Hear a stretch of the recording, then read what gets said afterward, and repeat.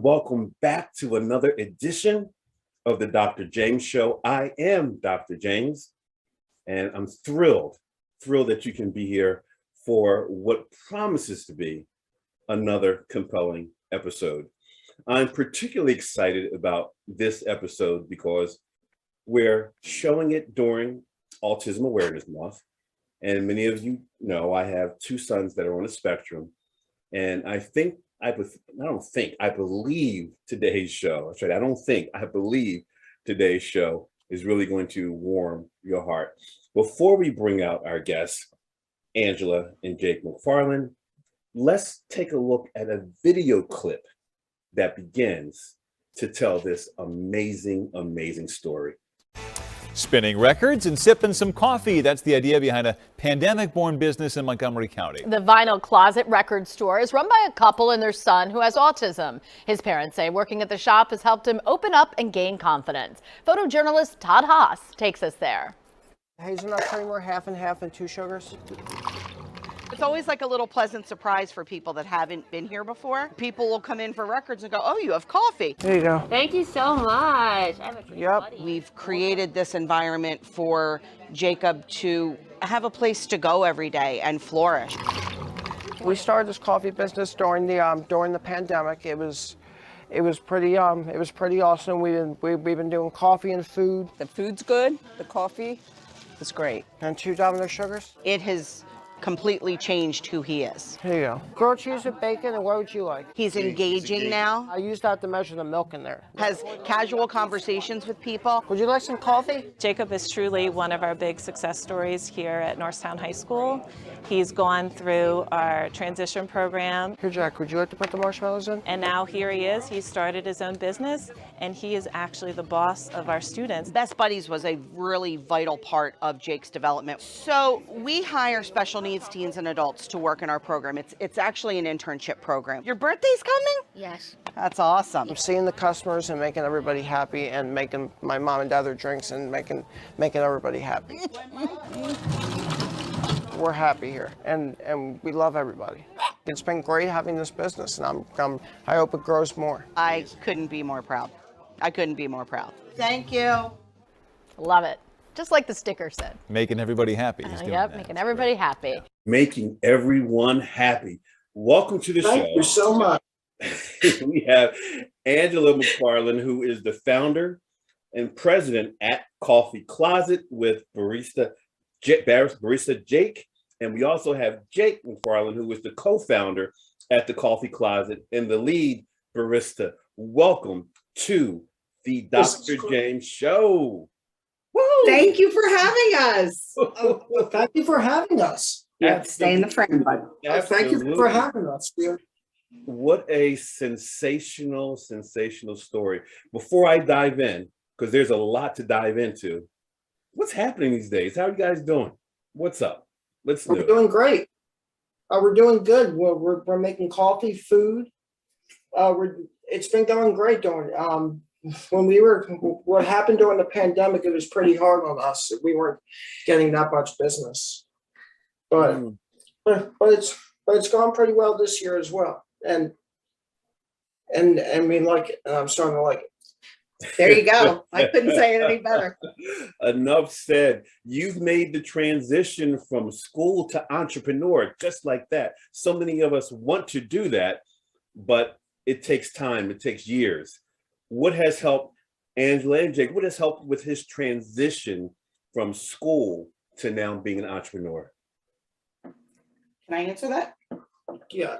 I think the community support and our family support has been integral in his development. We live in Norristown, and there's a lot of negativity that has always been talked about for the Norristown community, but I've lived here my whole life. He's lived here his whole life. And I have to tell you that, there's good when you look for it. It's not just bad. And our community has rallied around this venture, rallied around him as an individual. Our school families, our actual, blood families, our friends, everybody has really been a big huge part of his transition. Baby, you have to look at the camera. So I really attribute it to them, and also him. He's a force. And when we found what his thing was, whew, there's no stopping him. I love it. I love it. Let's go back to the beginning. How did this amazing, compelling, sensational story get its roots? Take us through that evolution. So Jacob graduated high school in 2019. But he was a continuing education student. And what that means is if you're a student with an IEP, you can stay in the academic school system until you're 21. So we wanted him to technically walk with his class, the people that he'd been in school with for, his entire career. But we knew that he would return for vocational skills and social skills. However, what we didn't know in 2019 was that, less than 6 months or 7 months after graduation, we were going to be in a pandemic situation and in lockdown, and he wouldn't be able to go to work or have the social interaction that we had really been hoping for to help get him to that next phase. When a kid ages out of the academic program at 21, there's not a whole lot of options in terms of career, in terms of support or programs. They kind of get forgotten. I always joke that people are super supportive, and there's a lot of programs for early intervention and while you're in school, but once you become an adult with special needs, there's not a whole lot out there for you. That was always a big concern for my husband and I. What was life going to be like for him? So when we found ourselves faced with the inability of him going to school and going, doing his vocational work that he was doing, because he had 5 jobs as part of an ACES program. He was doing Meals on Wheels, Catholic Social Service Food Pantry. What else? Open Door Ministry, Food Pantry. What else? I was doing the John James Audubon Center. Right. They would do like cleanup at the John James Audubon Center, like fall and spring cleanup. So he had a lot that he loved to do, and he loved working. He always talked about it. So I knew that it was not going to be a struggle if he could get a job for him to enjoy it. It was, what would he be able to do? So our record store was shut down during the pandemic because we weren't a non-essential business. So in an effort to keep ourselves relevant to our customer base, my husband and I started doing live sales online and, just kind of trying to figure out ways to stay top of mind for our customers. And one day in early May of 2020, it started to get nice out. And I said to my husband, why don't we just do like a little curbside coffee cart just to remind our customers that we're still here, and it'll give Jacob something to do, because we knew that he liked to make coffee. We did not know the extent that Jacob liked to make coffee. We did not know the depths of his knowledge. Then I started uncovering that he was watching YouTube tutorials on proper bean roasting and the water temperature and equipment. And he had this goal that he wanted this Cuisinart 14 cup grind and brew or something. Yeah. So I'm like, it just kind of took us by surprise. So on a whim, on a Wednesday, I posted on our social media that we were going to do this curbside coffee cart. We were going to have all of the pandemic precautions in place, masks and hand washing and social distancing. And by Friday, through Venmo, he had received a ton of donations for something he hadn't served 1 cup of coffee.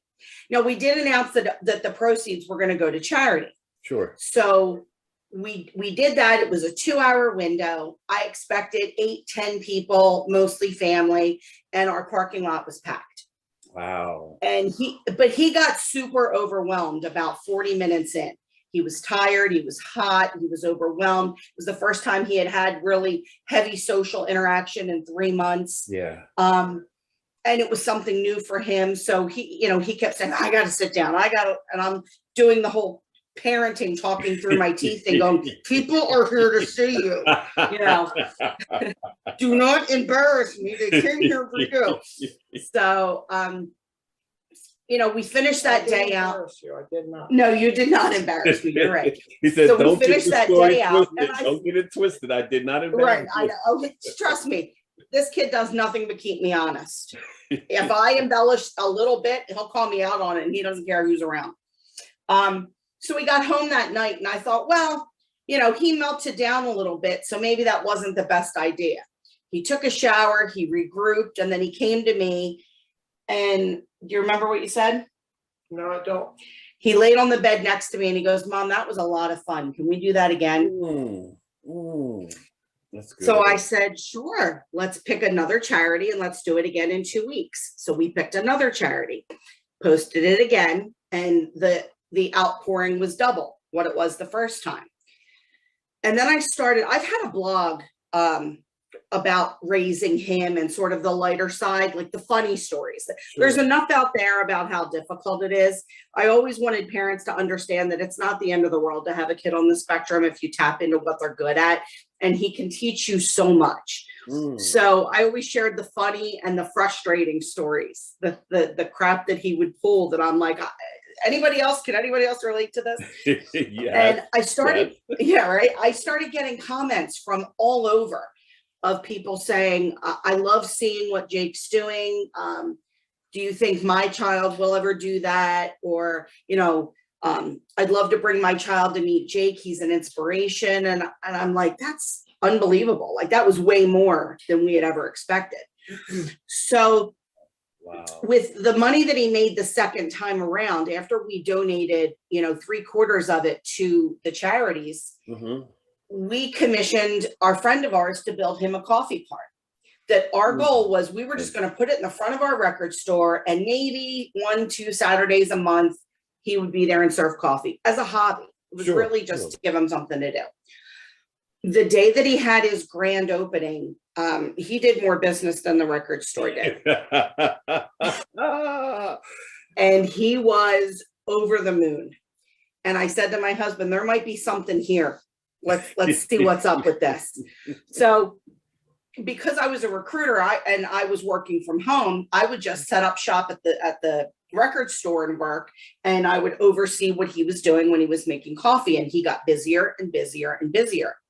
And so, stop looking at your face. So we decided, you know, this is the time. He needed my support and my help. So I left a career that I had for 30 years as a recruiter, and I went to work for him. and then I started a nonprofit on the back end. So we started Jake's Baristas, which hires other special needs teens and adults and give them vocational skills, interview skills, social skills. We expose the community to differently abled individuals, and in turn expose the differently abled individuals to the community. I love it. And it's just been ongoing ever since. You have to get in the frame. We're going to be talking more about that later in the interview. I want to know, Jake, from you, how does it feel to own the business? And when did your love for making coffee start? So first question is, how does it feel owning your own business? It feels great. I've been doing very well making coffee.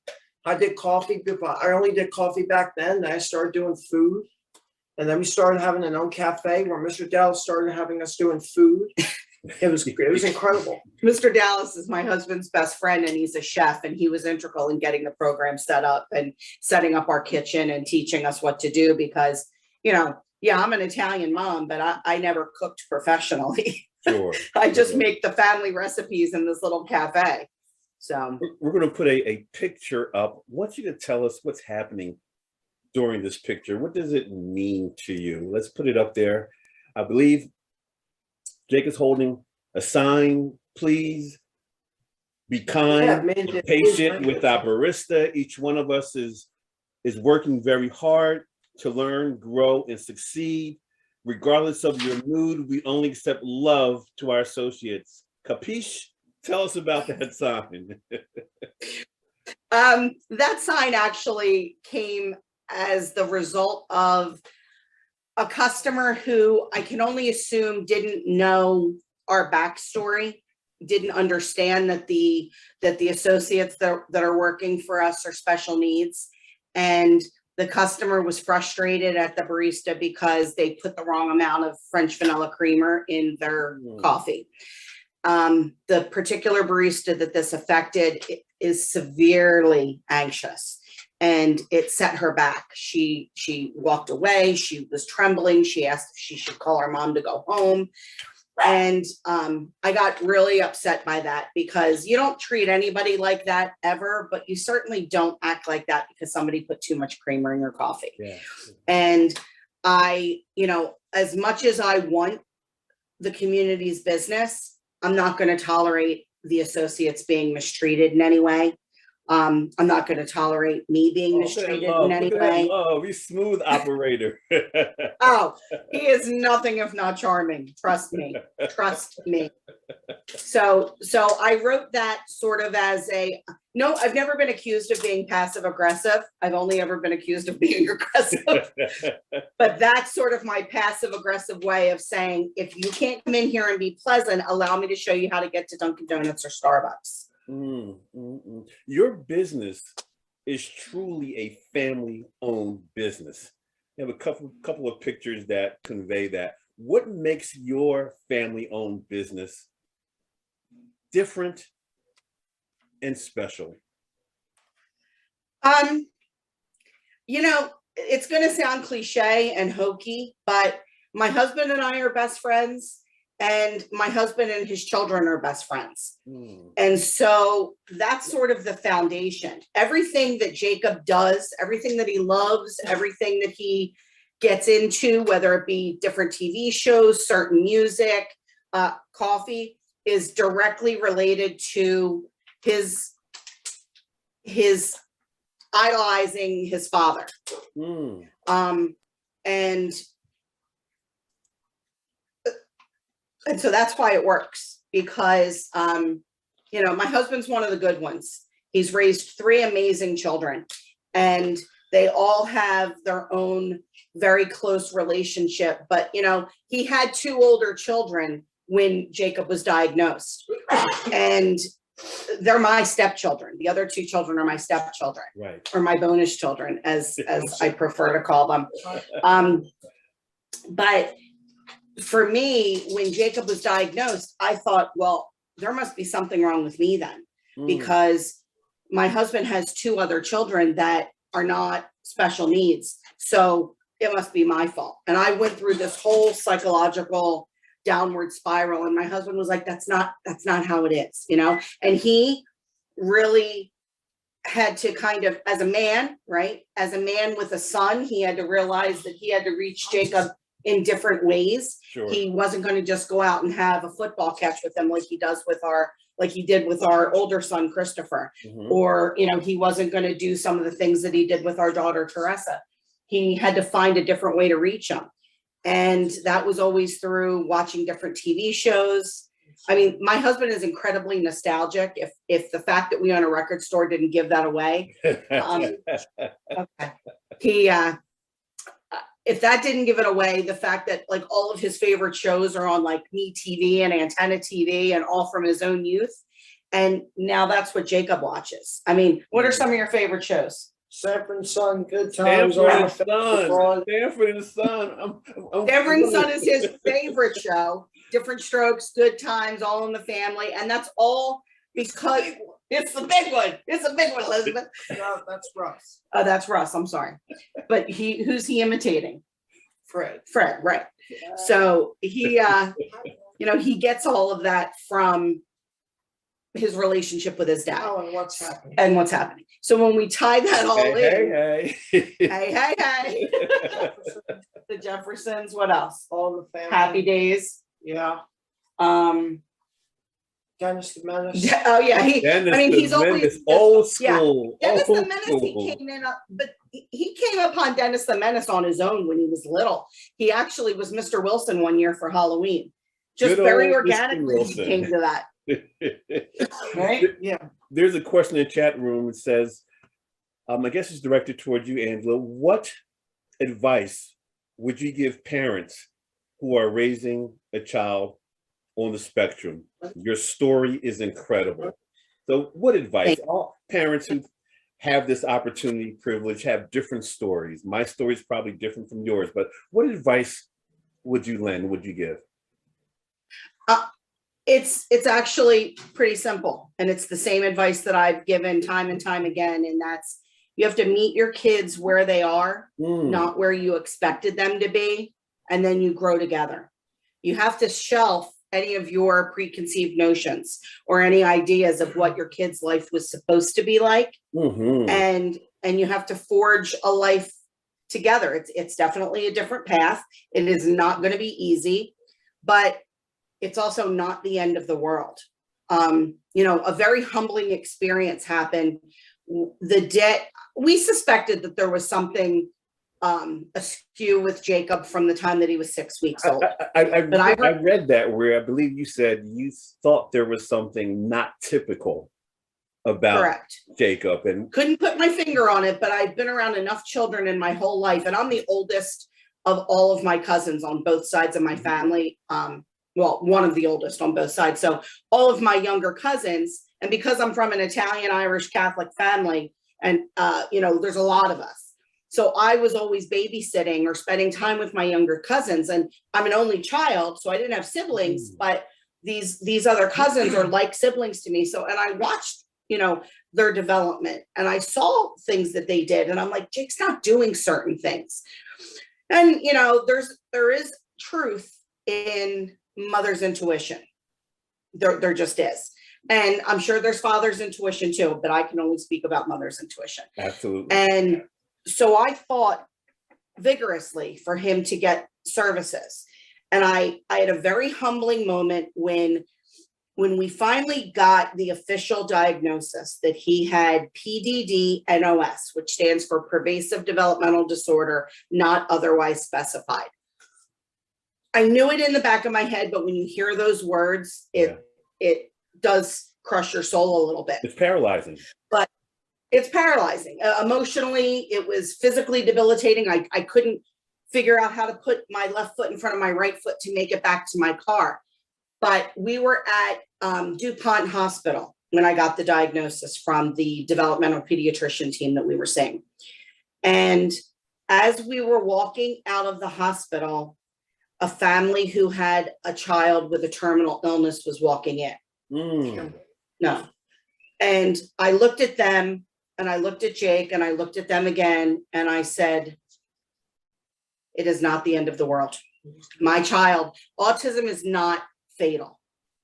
So I cannot allow it to end my life, his life. We have to forge a path and figure something else out. All it is, and I don't mean to diminish it. Sure. Because it is a big thing, but it's also about mindset. We never allowed Jacob's diagnosis to hold him back. We never allowed Jacob's diagnosis to give him a pass at anything. We held him to the same expectations and standards that we did our other two children. And I think that was also very important. But when you think about what a parent who has a child with a terminal illness or rare genetic disease, that's a different set of circumstances. Sure. And I thank God every day that if my child has to have something, that it's autism. That means a lot to me. It means a lot. Jake, when you're not making coffee and serving coffee and you're not watching TV, what do you do? What do you do when you're not working and watching TV? I don't know. What do you do? I mean, they're the big things. He does those pretty much 22 hours a day. But you play with Fonz? Yeah, I play with Fonzie. Fonzie's his dog. Okay. What else? I make coffee for myself. He does make coffee for himself. That's the special coffee. And based on what I've seen, you like your coffee black, no sugar. Right? Yeah. But sometimes cream. Yeah. He mixes it up sometimes with cream, never any sugar. He's sweet Right. enough. Angela, you alluded to our next question in the chat room about getting services and help. The question is, how can our local city council members, legislators, etc., serve adults with disabilities better? What programs would you like to see established to help adults on the spectrum? You know, there's something that we've always talked about. I think that there has been a lot of advances to move the needle along in terms of employment for special needs adults. I think, you know, one of the things as I talk to some of these, I still call them kids because I'm almost 50. So if you're under, you know, if you're under 30, you're a kid to me. But I had a conversation with someone who's 25 and on the spectrum. And one of the things that he said to me is, my goal is to be able to live alone. But you know, I don't have any place where I can feel safe. I'd like to see more independent living facilities for adults with disabilities, where there are, you know, kind of think of it like a college dorm where there's an RA. So they have their own rooms, they have their own space that they can be themselves. But if they need help, you know, there's someone there, and there are facilities like that. Don't get me wrong. I would just like to see more of that. Yeah. And I think we have really also progressed a lot as a society in terms of awareness and acceptance and understanding. It's vastly different interactions that a lot of special needs people have now with their peers than when I was in high school. Okay, which, you know, was 30 plus years ago. Do you have another one of that tomorrow? No, What? that's not the point. So, you know, I think it depends on the community itself. I'm not a politician, and I in no way, shape, or form claim to be an expert on anything other than being Jake's mom. Okay, I want to make that very clear. I started this program, but everything that I do is just based on our experience and what has worked for him. And, you know, sitting in endless IEP meetings and getting input from educators and other parents on the spectrum. But I have no formal, you know, education in autism or anything other than just being a mom. So I get sort of those questions a lot, and I'm always sort of like, oh God, I am not qualified to answer that. I love just that know you as a said mom, you're qualified to answer questions about my son. that's That it. doesn't make me the That's it. autism whisperer. You know, I am the Right. Jacob whisperer. That's Clear right. dis- clear And even that, distinction. sometimes I need a translator for. What has kept you and your husband, and what keeps you and your husband going? Because we live a similar life in some regard. What keeps you going, and what has kept you going over the years when you had those moments where you just wanted to whoosah? You know, what's funny is I don't know what my husband's answer to that question would be, because I'm the crazy one. So I'm the one that is constantly overreacting. I'm the emotional one. I'm the one that's the yeller. No, honey, please. He's like cool as a cucumber. He's Mr. Complacent. He doesn't, I've often said to him, do you feel extreme highs and extreme lows when it comes to our son? Because I don't see that. He's like, look, he's the even one. And I think if you have sort of that dichotomy in your personalities, that's a good thing, because we both can't be running the show. We both can't be the hothead overreactor. That's why you need good cop, bad cop. Yeah. And he is really good at diffusing situations. He does not yell unless he absolutely has to. And I've often said to him, why does he listen to you when you yell and not to me? And he goes, because I don't yell at him often, and that's your second language. I'm like, that's true. That is right. That is true. So I think that's a lot to do with it. I think that has a lot to do with it. Well, we have. I mean, the statistics for divorce in families with special needs is astronomically high. You know, I mean, I know the national average, I think, is 50% for divorce. Yeah. And then it's even higher if you have a child with special needs. And this, you know, this may be frowned upon by some people, but Jason and I didn't even get legally married until Jake was 11. We always joke and say we had to figure out if we liked each other. But the reality is we put his needs and his development ahead of our own. And every dime that we had went into getting him the supports that he needed.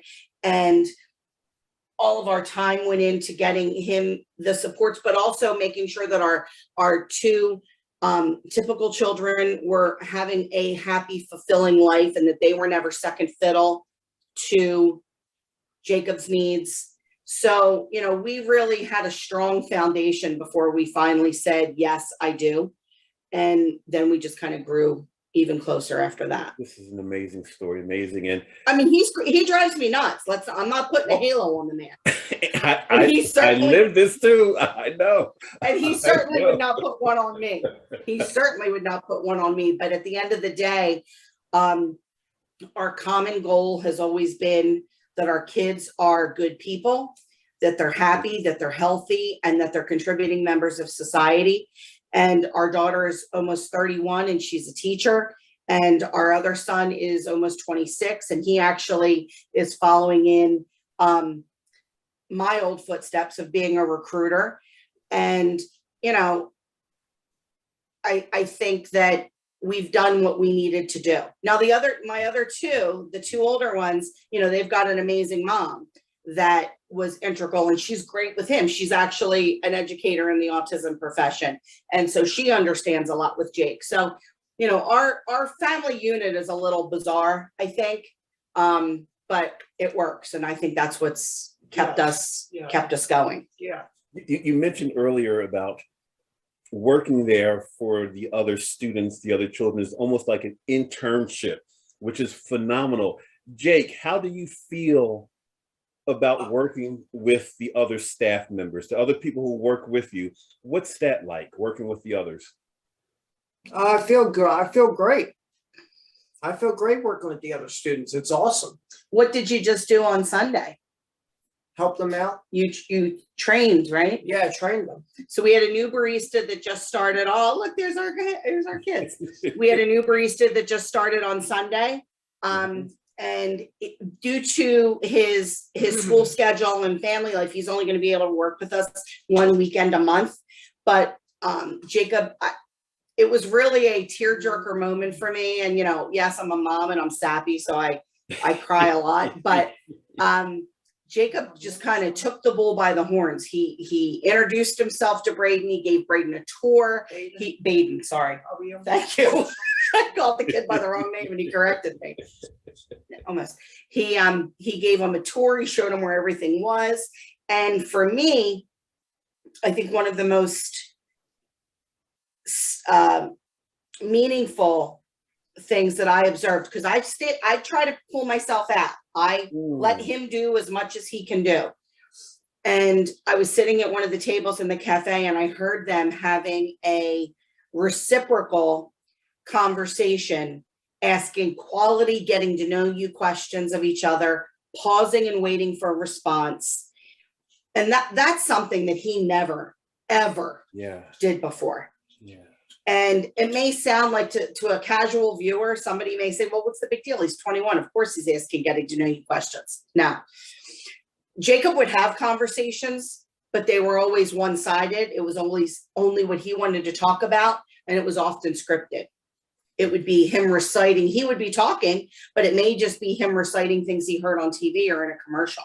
These were genuine, organic questions that he came to on his own, asked of his associate, allowed the associate to answer, and then responded in kind. And I texted my husband and said, I am trying not to sob sitting here watching this, because at the end of the day, if somebody came to me on Monday and said, all right, well, we're shutting this whole thing down, you got to go back to work, he's got to find something else to do. After what I experienced the day before, I'm good, because he has exceeded every one of my expectations. I love it. I love it. Jake, to start setting new expectations. Jake, how does it feel being the boss? I mean, you're a 21-year-old great. boss. It feels great being a boss, like my father. It feels bad. Like your father. I love you, Mom. I love you, Mom. Yeah, I love you, Mom. I love you too. I'm saying it's so great being the boss. It's great doing a coffee business. That's right. It's okay that you are the boss like your father. We both know that I'm the real boss behind both businesses. Of course, It's fine. we all know that. We're going to show you another video right now that it continues the story about Angela and Jake and the coffee closet. Let's take a look. Because I love making coffee. That's my motto. Good morning. How would you like your coffee? Hot or iced? Cream and sugar? Or would you guys like any food? And if they say no thank you, they said they already had 2 cups, they just go over to the record part.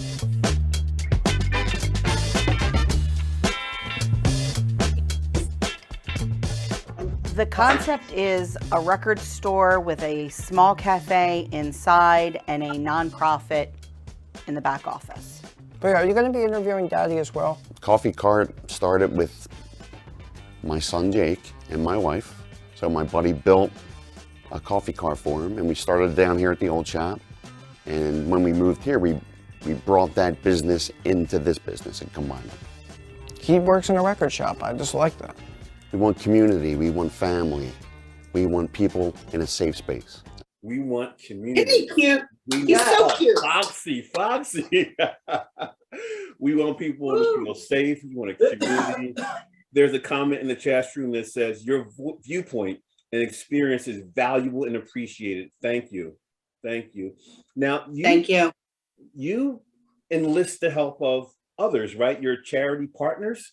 Can you tell us a little bit about that? Okay, so our charity partners, when we first did the curbside coffee cart, as I mentioned, I said, let's donate the proceeds to charity, because it was literally just supposed to be a fun Saturday afternoon. And then it became what it is now. So every month we pick a different community-based charity that we partner with.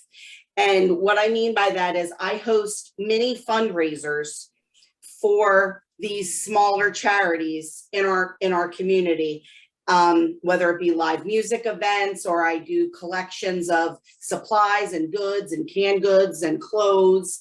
And then we donate them to whoever the charity partner is. Sure. So since we began this whole venture, we're over $20,000 in donations to community partners. And we, like I said, we pick a different one each month. They all have to be organizations that resonate with us from a moral perspective, our family perspective. And it's important to me that they be community-based and not national nonprofits, because the grassroots charities are the ones that need the support. Sure. You know, because I'm a grassroots charity, and if somebody picked me as a charity partner and presented me with a check for $500, that is game changing for us. So, you know, I don't have thousands of dollars that I'm donating each month. This is Fonzie. Hey. Fonzie. Hey. I don't have thousands of dollars that I'm able to donate to these charities, but the little bit that we have, whether it be that I'm raising awareness for the organization, I'm sharing their story. You know, we just had for March, our charity partner was the Laurel House, which is a domestic abuse shelter in Norristown.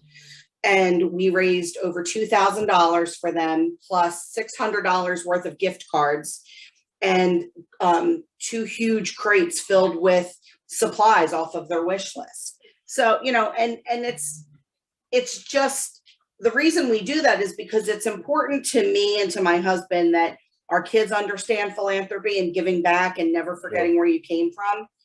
But I think that's also just a positive thing to model for the associates that are in the program. and so that's who our charity partners are. I believe our next clip reinforces the sentiment you just shared. Let's take a look. Good morning, everybody. Say good morning, Jake. Good morning. Say good morning, Hannah. Good morning. That's Barista Hannah. That's Barista Jake. This is our first live of the new year, I think. I don't think I went live at all last week. So, hi, Sharon Hale. That is Barista Hope's mommy. So a couple things I wanted to go over. Tonight, we are back with our After Dark series events. Dinah, the band, is kicking off the 2022 fundraiser series, and our charity partner for January is Rotation Gives. So Rotation Gives is an organization that is the philanthropic arm of Rotation Records located in Norristown. It's a recording studio. They do live musical events. They do sound for a lot of different productions. They're an unbelievable organization, and the people that own it really wanted to give back to this immediate community. Very similar concept and structure to what we do in terms of helping out our immediate community. So we partnered with them for this month, and they are our charity partner. They've donated to the hurricane victims in Norristown, the homeless population. They do a ton of great work. So definitely look up rotationgives.org and you'll have an understanding of what they do. So our event tonight is going to, a portion of our event, the proceeds is going to benefit them. If someone wants to become a charity partner or learn more about this amazing story, where can they go to get more information, or what can they do? They can go onto our website, which full disclosure, I build it myself and I am not a web person. It's horrible. No, it's not. No, so if anybody wants to build me a new website and donate it, I'm all for it. But it's jakesbaristas.com. And that gives you a couple different avenues and different stories. My email address is on there. You can always reach out to us through email at baristajake2020@comcast.net.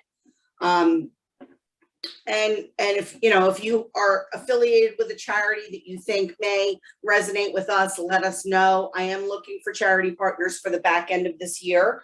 I have them assigned out through July. So for August through November, I have openings. December is always local food pantries and toy drives for the kids in our community to make sure that they have the kind of holiday that they deserve.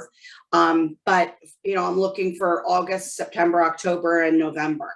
So definitely, I try to keep it local to the greater Montgomery County area because that's where we are. Mm-hmm. But for, if it's a compelling story and it's something that I feel aligned with, we could certainly make concessions.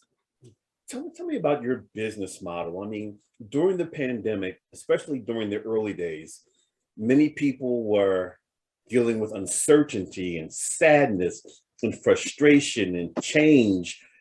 But you, your husband, and Jake and family decided to build this business that just keeps giving and giving and giving. What went into the thinking as you developed and built this business model of giving back, loving hard, and creating opportunities for the people who are underserved? Well, we for sure went through all of those emotions that you spoke about. The first couple of weeks of the pandemic, we just walked around in a fog. We didn't know what was happening. I'm not one to. My husband and I joke that my heart is bigger than my brain, and he's not.